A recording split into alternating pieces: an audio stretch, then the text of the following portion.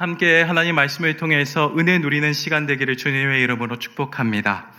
여러분들은 혹시 성경적이다라는 말들을 좀 어느 때 사용하십니까? 우리가 신앙을 가지고 있고 말씀을 보기 때문에 항상 이제 이런 성경적이다라는 이야기들을 참 많이 합니다. 보통 이 말을 쓸 때에는 성경에 적혀져 있는 내용이나 우리가 알고 있는 교리와 일치할 때에 이건 성경적이야, 아니 이건 성경적이지 않아 라고 판단을 하죠. 하지만 우리가 때로는 제대로 확인을 하지 않고 이 성경적이다라는 말들을 사용할 때가 꽤 많습니다. 몇 가지 사례를 생각해 보면 좋을 것 같습니다. 첫 번째로는 이 말씀을 한번 살펴보기를 원합니다. 마가복음 16장 16절에서부터 18절까지의 말씀인데요. 제가 읽겠습니다. 믿고 세례를 받는 사람은 구원을 얻을 것이요 믿지 않는 사람은 정죄를 받으리라. 믿는 자들에게는 이런 표적이 따르리니 곧 그들이 내 이름으로 귀신을 쫓아내며 새 방언을 말하며 뱀을 집어 올리며 무슨 독을 마실지라도 해를 받지 아니하며 병든 사람에게 손을 얹은 즉 나으리라 하시더라. 이 말씀을 보고 어떻게 보면 제가 이제 어렸을 때 들었던 이제 목사님들의 설교였는데, 예수님을 믿는 사람들, 그러니까 그리스도인들은 지금 무조건 예수님을 믿는다라고 한다면 귀신을 쫓아내야 되고, 새 방언도 지금 말해야 되고, 뱀을 집어 올려도 해를 받지 않고 무슨 독을 마실지라도 죽지 말아야 됩니다. 그리고 병든 사람에게 손을 얹으면 나아야 됩니다. 그게 그리스도인입니다 라고 얘기를 하셨습니다. 과연 이 말이 성경적이라고 얘기할 수 있겠습니까? 여러분들 마음 가운데는 이건 성경적이지 않아 라고 얘기를 이미 다 하셨겠죠. 왜 성경적이지 않습니까? 문자적인 해석을 했기 때문입니다. 성경에 나와 있는 본문이라고 하더라도 이 말씀은 1차적으로 제자들에게 복음 전파를 위해서 사람들이 어떻게 할 수 없는 환경 가운데서도 하나님께서 복음 전파를 위해서 그들을 지키시고 보호하신다라는 약속을 하시는 장면입니다. 그렇기 때문에 이 본문에 대해서 성경적으로 해석을 하려고 한다면 복음 전파를 위해 성령께서 우리를 도와주신다라고 얘기를 해야 성경적인 것 같습니다. 두 번째 말씀은 이런 말씀이 또 있습니다. 욥기서 23장 10절인데요. 함께 같이 읽어봤으면 좋겠습니다. 욥기서 23장 10절입니다. 읽겠습니다. 그러나 내가 가는 길을 그가 아시나니 그가 나를 단련하신 후에는 내가 순금같이 되어 나아오리라. 우리 이 말씀 너무나 잘 알고 있는 말씀입니다. 찬양으로도 참 많이 고백하는 찬양 중에 하나이죠. 욥기서에 적혀져 있기 때문에 우리는 이 본문에 대해서 막연하게 욥이 자신의 어렵고 힘든 상황과 환경 가운데서도 믿음으로 이겨내서 믿음의 고백으로 주님께서 나에게 새로운 길 그리고 더 나은 존재로 만들어 주실 거다라는 생각을 많이 하게 됩니다. 하지만 이 본문을 세번역 성경으로 보면 조금 다른 뉘앙스가 적혀져 있습니다. 세번역 성경 한번 띄워주시겠습니까? 같이 함께 읽겠습니다. 하나님은 내 발 한번 옮기는 것을 다 알고 계실 터이니 나를 시험해 보시면 내게 흠이 없다는 것을 아실 수 있으시련만.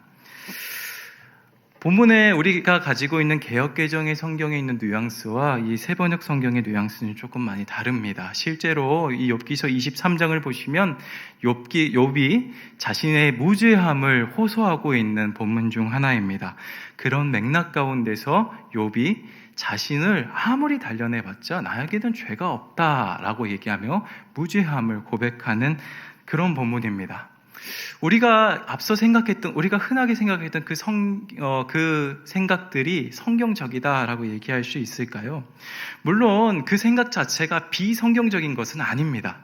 하지만 적어도 욥이 이런 고백을 했으니까 우리도 이런 고백을 해야 된다라는 이 말은 성경적이다라고 얘기했을 때는 조금 아닌 것 같은 생각이 듭니다. 이렇게 우리는 본문을 선택하고 본문을 볼 때에 문맥을 고려해야 됩니다. 그것까지 다 맞춰야 우리가 비로소 성경적이다라는 말을 사용할 수 있는 겁니다. 어떻습니까? 우리가 성경적이다는 말을 생각보다 무분별하게 사용하고 있는 것 같지 않습니까?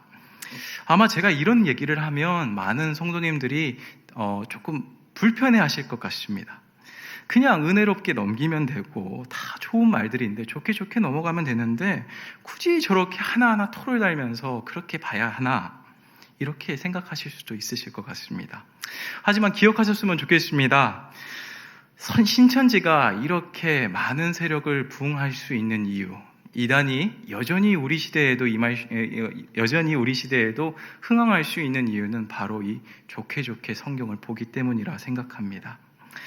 이렇듯 하나님의 말씀은 너무나도 쉬운 것처럼 보이지만 어떻게 보면 정말 너무나도 신경 써야 될 게 많고 어려운 성경 말씀이 바로 우리가 보고 있는 하나님 말씀입니다. 어떻게 보면 참 불편합니다. 그래서 설교의 제목을 불편한 진실이라고 정한 것 같습니다.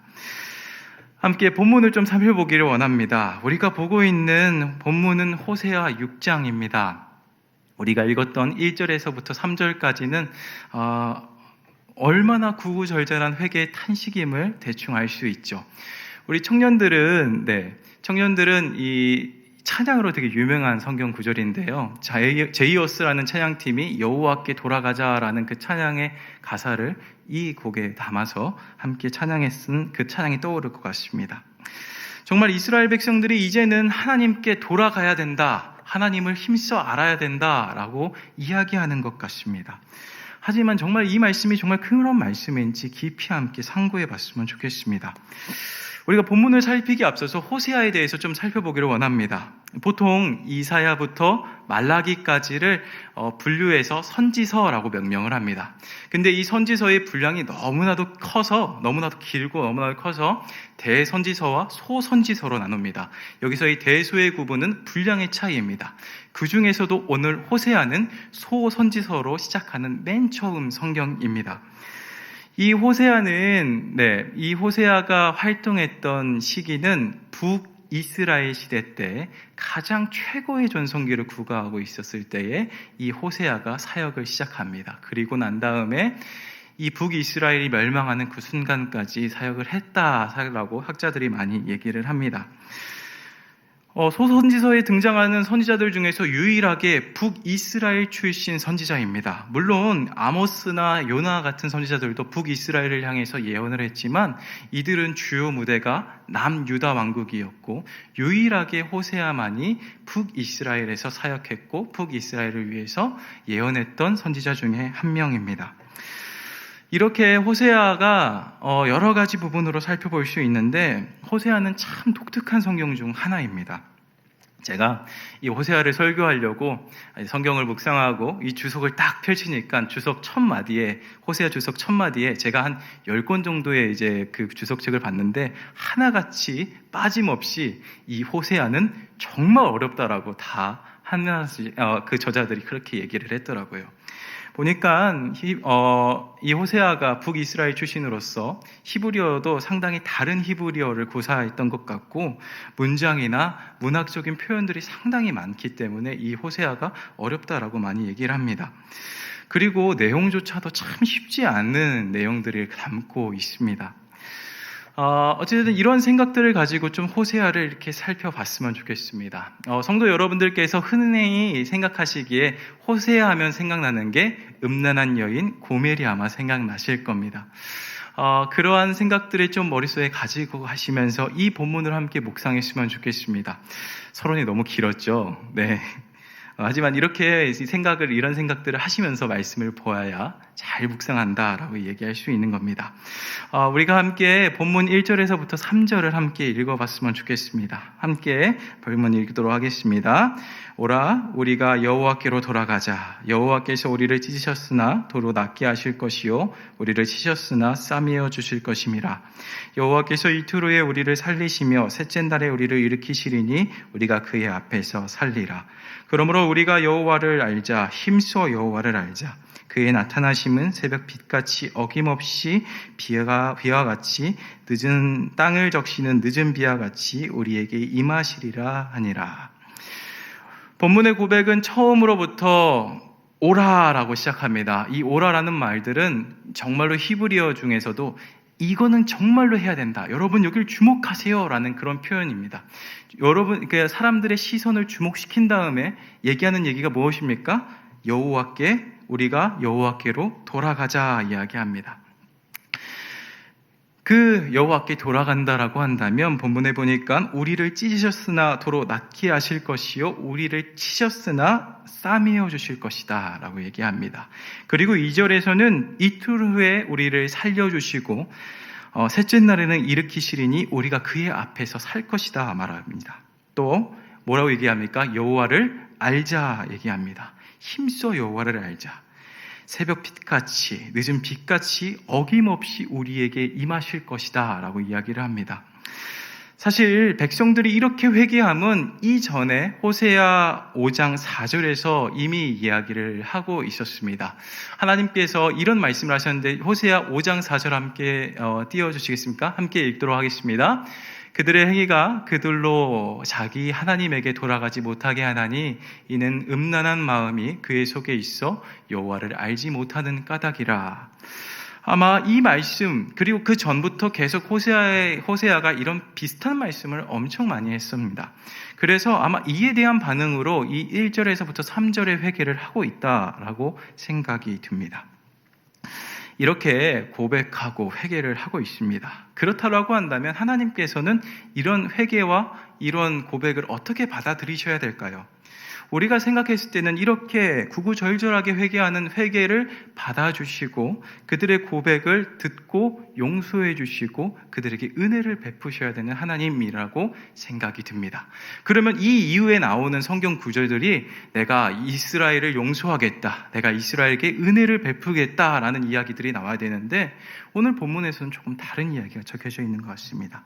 4절과 5절을 함께 같이 읽도록 하겠습니다. 읽겠습니다. 에브라임아 내가 내게 어떻게 하랴. 유다야 내가 내게 어떻게 하랴. 너희의 인애가 아침 구름이나 쉬 없어지는 이슬 같도다.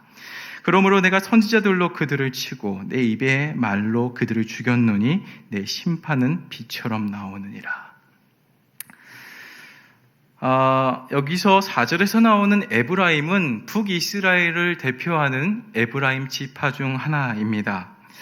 이렇게 회개하는 백성들을 향해 하나님께서는 내가 너희를 어떻게 하랴라고 탄식하고 있으십니다. 그 탄식하는 이유가 그 다음에 적혀져 있습니다. 너희의 인애가 아침 구름이나 쉬 없어지는 이슬 같도다. 여기서의 인애는 우리가 여러분들이 많이 들어보셨을 법한 히브리어로 헤세드라는 단어입니다. 헤세드를 간단하게 말씀드리면 충성스러운 사랑, 끝까지 포기하지 않고 자기를 돌보지 않고 사랑하는 것을 뜻합니다. 그런데 지금 이스라엘이 하나님을 사랑하는 그 사랑의 마음이 어떻다고 표현합니까? 아침 구름이나 쉬 없어지는 이슬 같다라고 얘기합니다. 짧다라는 이야기겠죠. 하나님께서 탄식하시는 이유가 그들의 이스라엘의 인애가 부족하기 때문이라 이야기합니다. 그래서 5절에서 그 결과에 대해서 말씀하십니다. 내가 선지자들로 그들을 친다라고 얘기합니다. 여기서 이 친다라는 표현은 히브리어 단어적으로는 쪼갠다, 산산이 부수다라는 의미가 내포되어 있습니다. 선지자들로 그들을 산산이 부실 것이라고 말씀하시고 내 입의 말로 그들을 죽였노니라고 얘기하십니다. 천지를 창조하셨던 그 말씀으로 지금 북이스라엘을 죽였다 말씀하고 있습니다. 이 얼마나 무서운 말씀입니까? 내 심판은 비처럼 나오느니라. 비처럼 나온다는 말은 빠르고 신속하게 심판하시겠다 말씀하시는 겁니다. 하나님의 맹렬한 진노, 하나님이 정말로 참을 수 없는 분노가 이 본문을 통해서 확인할 수 있습니다. 그런 맥락에서 6절이 등장합니다. 호세아 6장 6절을 함께 읽겠습니다. 나는 인애를 원하고 제사를 원하지 아니하며 번제보다 하나님을 아는 것을 원하노라. 우리가 참 많이 익숙한 성경 구절 중 하나입니다. 하나님께서는 번제를 원하시지도 않고 제사를 원하시지도 않지만 하나님께서 원하시는 것은 인애와 그리고 무엇입니까? 하나님을 아는 것입니다. 이런 하나님의 말씀, 이런 하나님의 의도와는 상관없이 또다시 이스라엘이 저지르는 행동들을 7절에서부터 9절까지 이야기합니다. 함께 7절에서부터 9절 읽도록 하겠습니다. 그들은 아담처럼 언약을 어기고 거기에서 나를 반역하였느니라. 길르앗은 악을 행하는 자의 고을이라. 피 발자국으로 가득 찼도다. 강도떼가 사람을 기다림같이 제사장 무리가 세겜의 길에서 살인하리니 그들이 사악을 행하였느니라. 7절에 나오는 이 아담이 언약을 어겼다라는 이 본문, 이 7절은 조금은 히브리어적으로 학자들마다 의견이 분분합니다. 근데 문맥상 여기서 이 아담은 사람 이름이 아니라 아마 도시 이름이었던 것 같습니다. 여호수아서 3장 16절에 보시면 아담이라는 성읍이 등장합니다. 그렇지만 이 본문에서 이 아담을 떠올리게 한 것은 아마 지명을 지칭하는 것 플러스, 그리고 아담이 언약을 어겼던 그런 것들을 동시에 떠올리게 하는 아마 문학적인 장치인 것 같습니다. 8절에서는 또다시 지명 이름이 나옵니다. 길르앗이라는 동네가 나오는데 거기서는 악을 행하는 고을이고 그곳에서 피 발자국이 가득 찼다라고 이야기를 합니다. 사람들이 길르앗에서 사람을 죽이고 그 사람을 죽이는 발자국들이 피로 대변되는 듯합니다. 9절에서는 또다시 지명이 등장합니다. 세겜이라는 땅이 등장하는데 여기서는 사람을 살려야 되고 사람을 돌봐야 되는 제사장 무리가 사람을 죽인다 이야기합니다. 아마 이 본문을 보는 유대인들은 이 본문을 보면서 창세기가 떠올랐을 것 같습니다. 아담은 우리가 너무나도 잘 알고 있는 하나님과의 언약을 깬 사람 중 한 명이었고, 길르앗에서는 야곱이 자신의 삼촌 라반과 함께 언약했던 곳입니다. 우리가 잘 알고 있는 얼룩진 양을 자신의 제물로 삼았던 그 본문이 바로 오늘 본문에서 나오는 길르앗이라는 땅입니다. 이 본문에 대해서 여러 가지 해석들이 있지만 아마도 이 자신의 꾀를 내어서 부당한 방법으로 재산을 증식하고 취득한 야곱을 아마 생각했을 것 같습니다.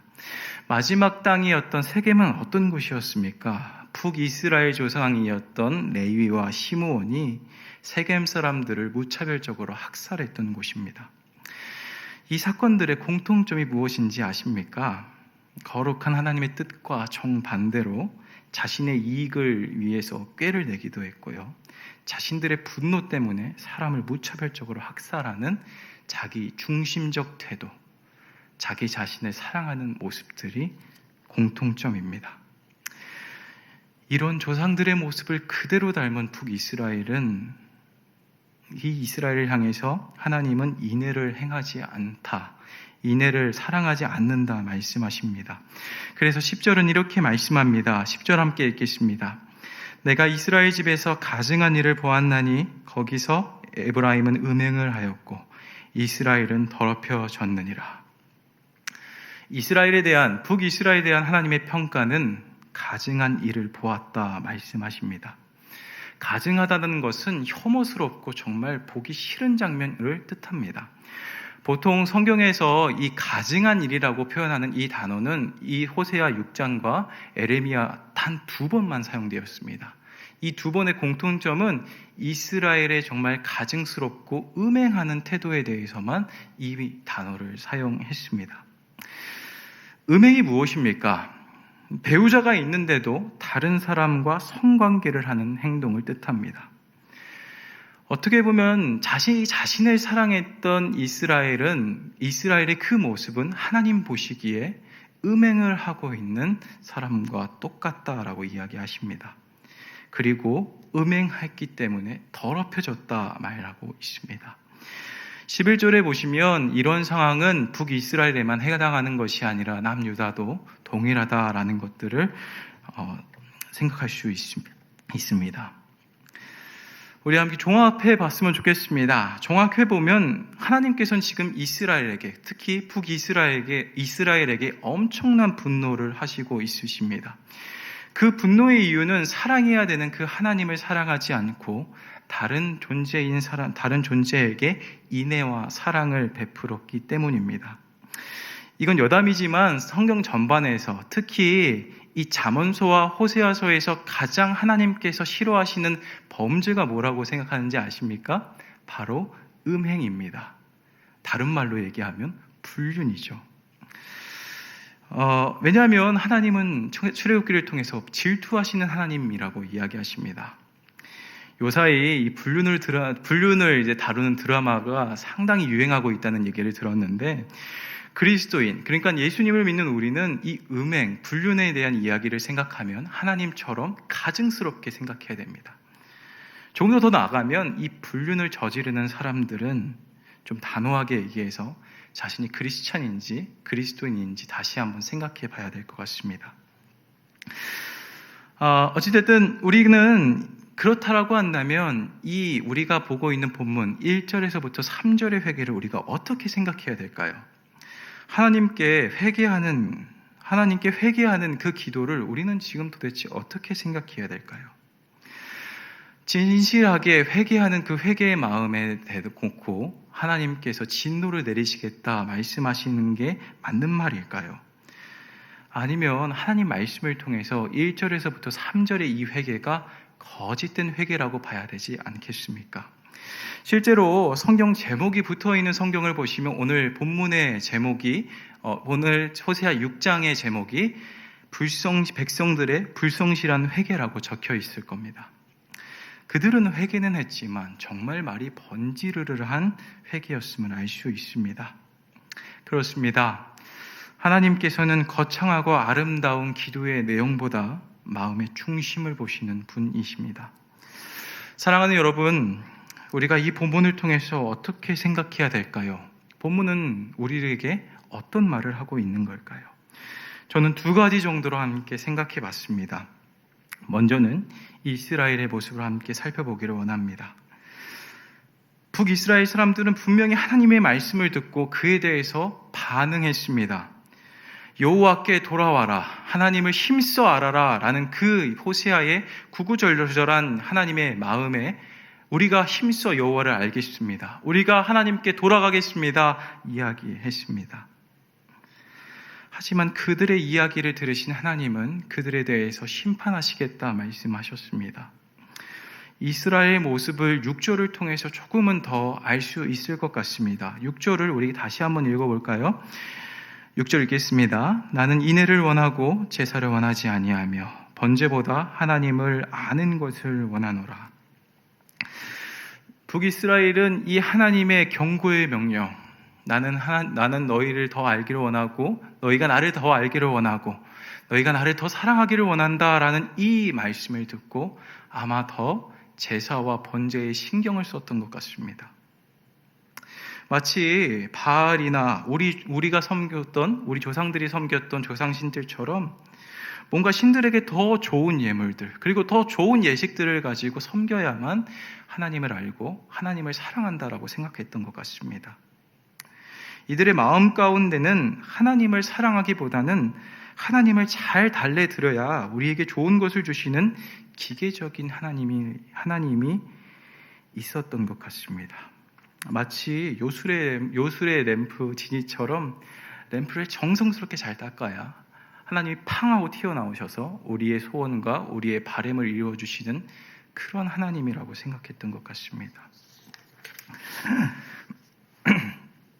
어떻게 보면 이들이 회개하고 여호와께로 돌아가자, 우리가 힘써 여호와를 알자라고 얘기했던 이 구원은 지금 당장 자신들에게 위협을 주고 자신들을 심판하겠다는 그 하나님을 무마시키려고 하고, 이것을 무마시켜서 당장에 우리가 잘 먹고 잘 살기 위한 하나의 종교적인 회개였을 것 같습니다.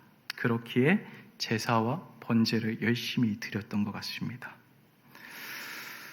우리가 이 본문에 대해서, 이런 생각들에 대해서 여러 가지 것들을 많이 생각할 수 있을 것 같습니다. 하지만 사랑하는 여러분, 저는 여러분들과 함께 기도에 대해서 살펴보기를 원합니다. 우리는 어떤 기도를 하고 있습니까? 우리는 어떤 하나님에게 어떤 회개와 어떤 기도를 하고 있습니까? 소위 기도하면 응답받는다라는 이 구절은 정말 너무나도 우리에게 소중한 신앙의 본질 중 하나입니다. 하지만 이 본질이 어느 순간 우리의 탐욕을 신앙적으로 정당화하고 치장하는 수단이 되어버린 것 같지는 않습니까?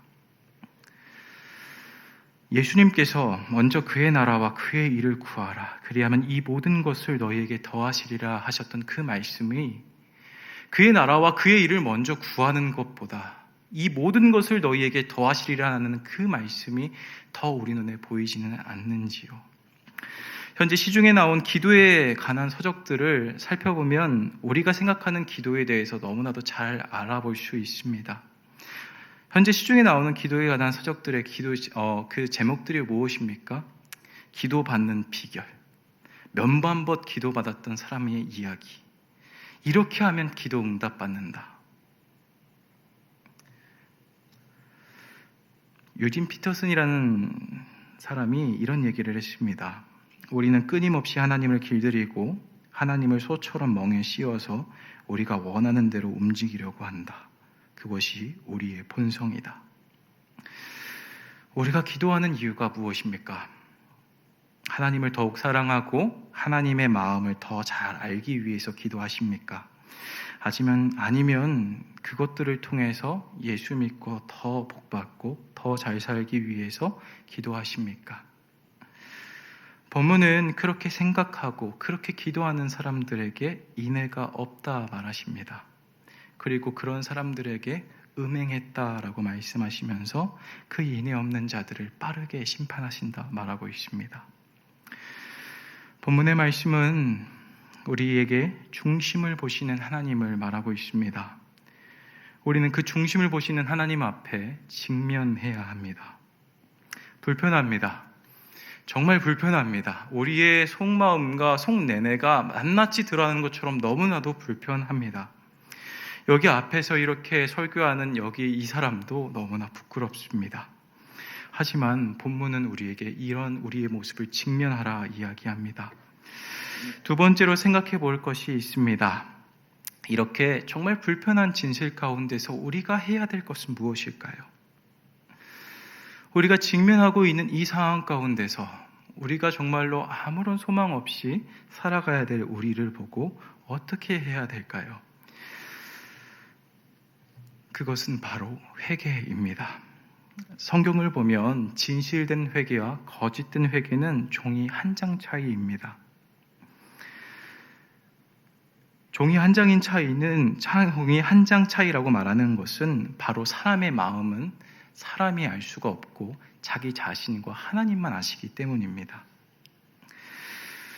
결국에 우리가 회개해야 되는 회개의 내용은 오늘 본문의 1절에서부터 3절까지인 것 같습니다.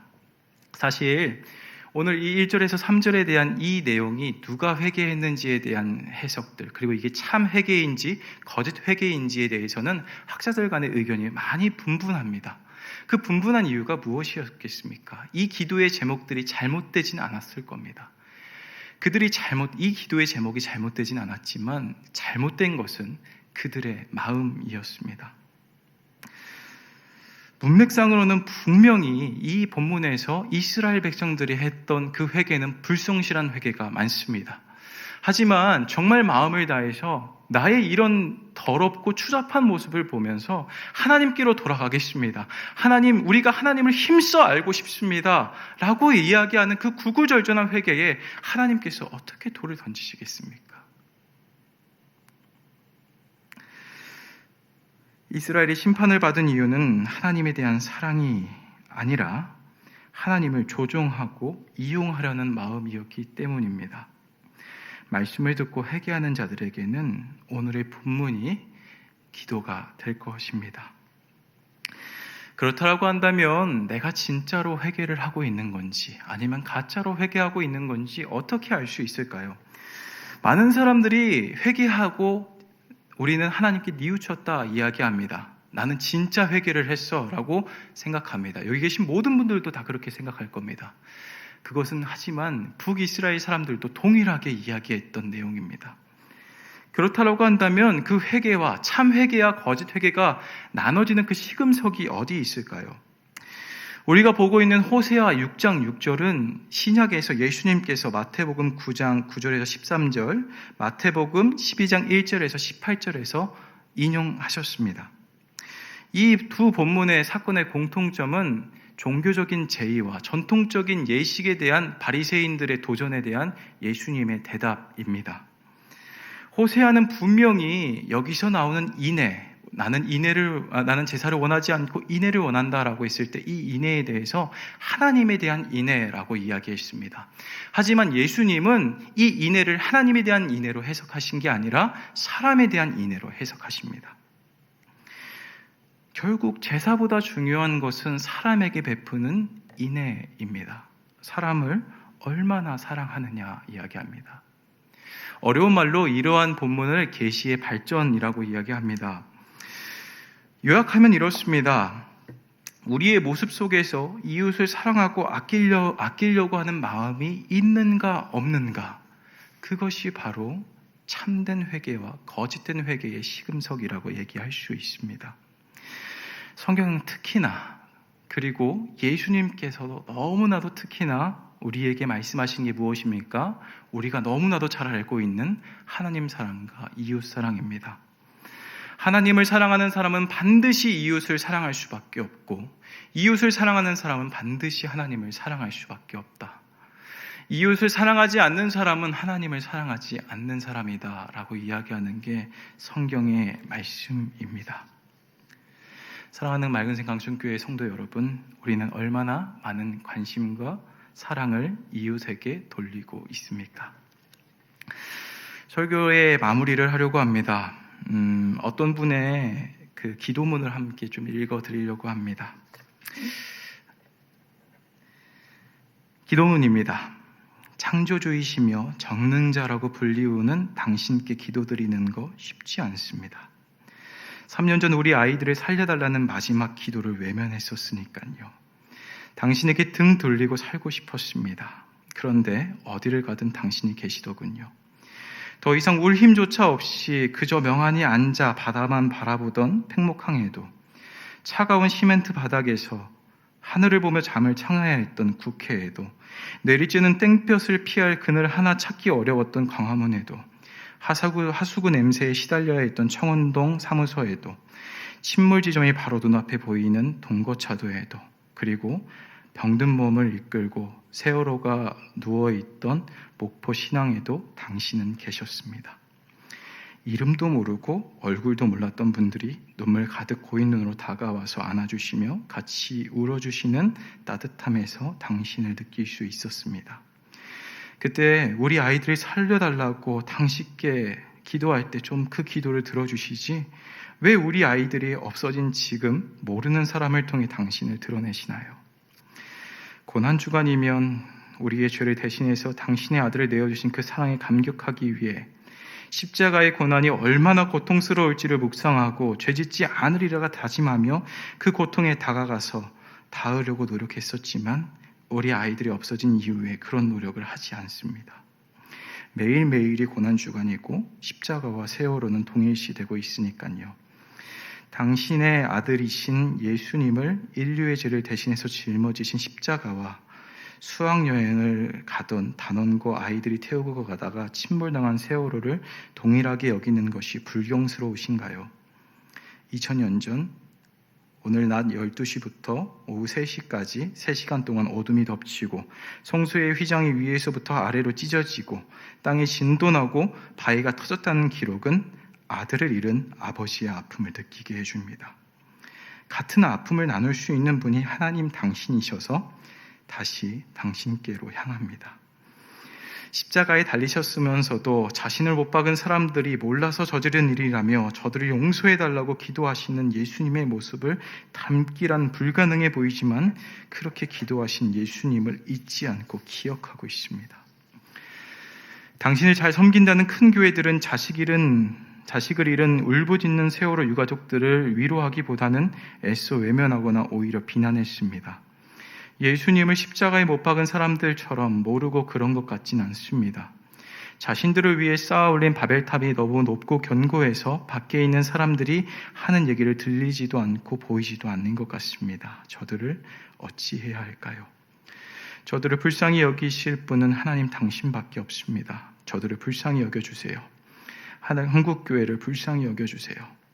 예수님을 짊어지셔야 했던 십자가의 고난이, 십자가의 용서가 저들을 위한 것이었음을 깨닫게 해주세요.